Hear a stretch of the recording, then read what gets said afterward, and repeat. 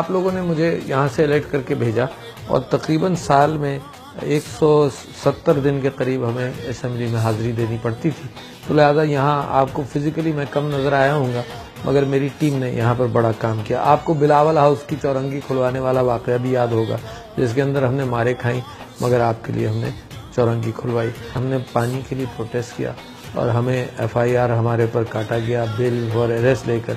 دہشت گردی عدالت میں ہمارے پر مقدمہ چلتا رہا، جس کے اندر ابھی چند دن پہلے وہ مقدمہ ختم ہوا اور پھر اس کے اندر ہمیں اس میں رہائی مل گئی۔ ہم صبح سے کھڑے ہیں، ہم بات کرنا چاہتے ہیں، اندر سے یہ اطلاع ملی ہے کہ وہ بات نہیں کرنا چاہتے۔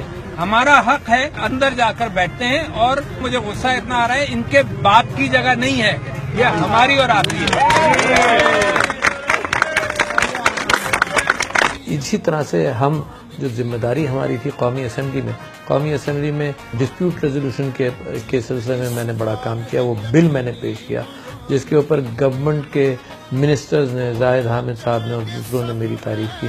آلٹرنیٹ ڈسپیوٹ ریزولوشن کے اوپر زاہد حامد صاحب نے بھی میری تعریف کی اسمبلی میں کہ میرے کہنے کی بنیاد، میرے مشورے کی بنیاد، میرے ڈرافٹ کی بنیاد پر وہ آلٹرنیٹ ڈسپیوٹ ریزولوشن اسمبلی میں پاس ہوا۔ کیوں پاس ہوا؟ اس لیے کہ مقدمے جب جاتے ہیں تو کورٹ میں جاتے ہیں۔ آلٹرنیٹ ڈسپیوٹ ریزولوشن ایک میکینزم ہے جس کے اندر لوگوں کے درمیان مصالحت کی جاتی ہے، انصاف نہیں، مصالحت۔ تم کیا چاہتے ہو، تم کیا چاہتے ہو، دونوں کو دوریوں سے ہٹا کر کمی کی جاتی ہے تاکہ یہ مقدموں کے اندر جو لوگوں کی زندگیاں لگتی ہیں وہ اس سے روکا جائے۔ ایک اور بہت بڑا کام میں نے آپ لوگوں کی دعاؤں سے میں نے کیا، وہ فشریز کے اعتبار سے پاکستان کے آف شور فش اسٹاک جو ہے وہ تقریباً 90% ڈپلیٹ ہو چکا ہے، یعنی 90% اسٹاک پاکستان کو جو تھا، جو بڑی بڑی مچھلیاں تھیں، وہ سب ختم ہو گئی۔ کیوں؟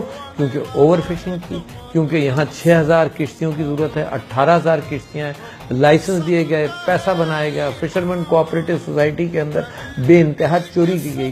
تو میں چیئرمین بنایا گیا ایک کمیٹی کے ڈپلیشن آف فش اسٹاکس کے سلسلے میں، پبلک اکاؤنٹ کمیٹی میں، اور وہ میں نے ساری پروونشل گورنمنٹس کو بٹھا کر اور فیڈرل گورنمنٹ کو بٹھا کر ایک پیپر دیا، ایک ریکمنڈیشنز دی جو اپروو ہوا اور پارلیمنٹ کے اندر پیش ہو گیا۔